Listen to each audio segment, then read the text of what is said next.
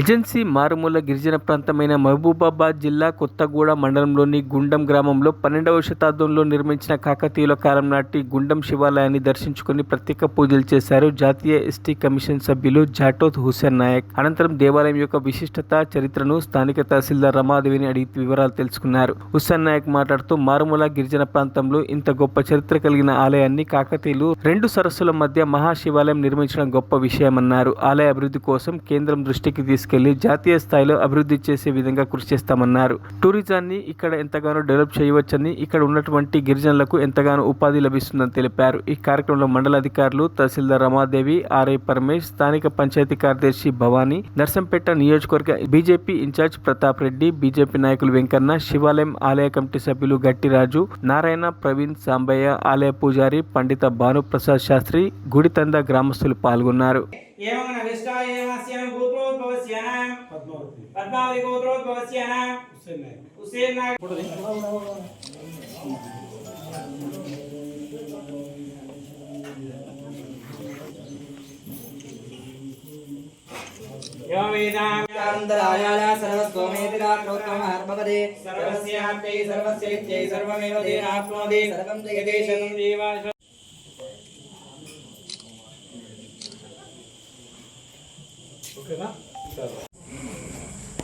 నర్సంపేట నియోజకవర్గం కదా,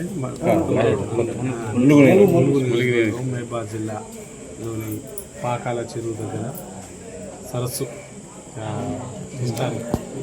అక్కడ శివాలయం 13వ శతాబ్దం నుండి కాకతీయులు చేసింది. కానీ బాధాకరం ఏంటంటే ఇక్కడ వచ్చి చూశాను, నేను ఇంతవరకు అయితే రాలేదు. సరే, మా పురాణ వరంగల్ జిల్లా ఇది ఎప్పుడు చూడలేని అలా వచ్చిన క్రమంలో NCST national commission for schedule tribe ప్రోగ్రాంలో భాగంగా ఈ జిల్లా పర్యటన చేయడం జరుగుతుంది. ఈ పర్యటనలో భాగంగా ఈ గుడిని విజిట్ చేయడం జరుగుతుంది. చాలామంది ఇక్కడ నుండి కూడా ఒకరిద్దరు మా గుడి 13వ శతాబ్దం కాలంలో కాకతీయ కాలం నాటిది, కానీ మాకు ఏ సదుపాయాలు లేదు, ఏమీ లేదు, మా గుడికి ఏమి లేదు. మేమే పావులో పరకు ఈ గ్రామీణ అడవి ప్రాంతంలో ఉన్న ట్రైబల్స్, ఇక్కడ ఉన్న ఏరియాలో ఉన్న చిన్న పెద్ద మిత్రులందరూ కలుసుకొని రూపాయి పోగు చేసుకొని చందాలు వేసుకొని గుడిని కాపాడుకునే స్థితికి వచ్చింది. అంటే ఆలోచించాలి మిత్రులారా, చాలా దీన స్థితిలో ఉంది. దేశ ప్రపంచ చరిత్ర మొత్తం ఏం చెప్తుందంటే హిస్టారికల్ని అన్నీ కాపాడుకోవాలని అంటుంది.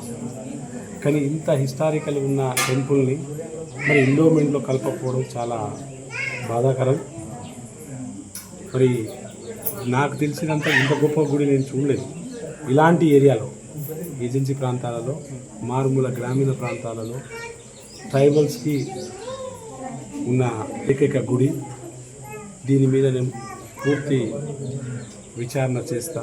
కొంతమంది నోటీసుల ద్వారా కొన్ని ఇచ్చేసారు. కనీసం పూజారికి కూడా మినిమం వేతనం అనేది ఇస్తారు. గ్రామంలో ధూపదీప నైవేద్యం కింద ఏదో. మరిన్ని అప్డేట్స్ కోసం మా ఛానల్ని సబ్స్క్రైబ్ చేయండి.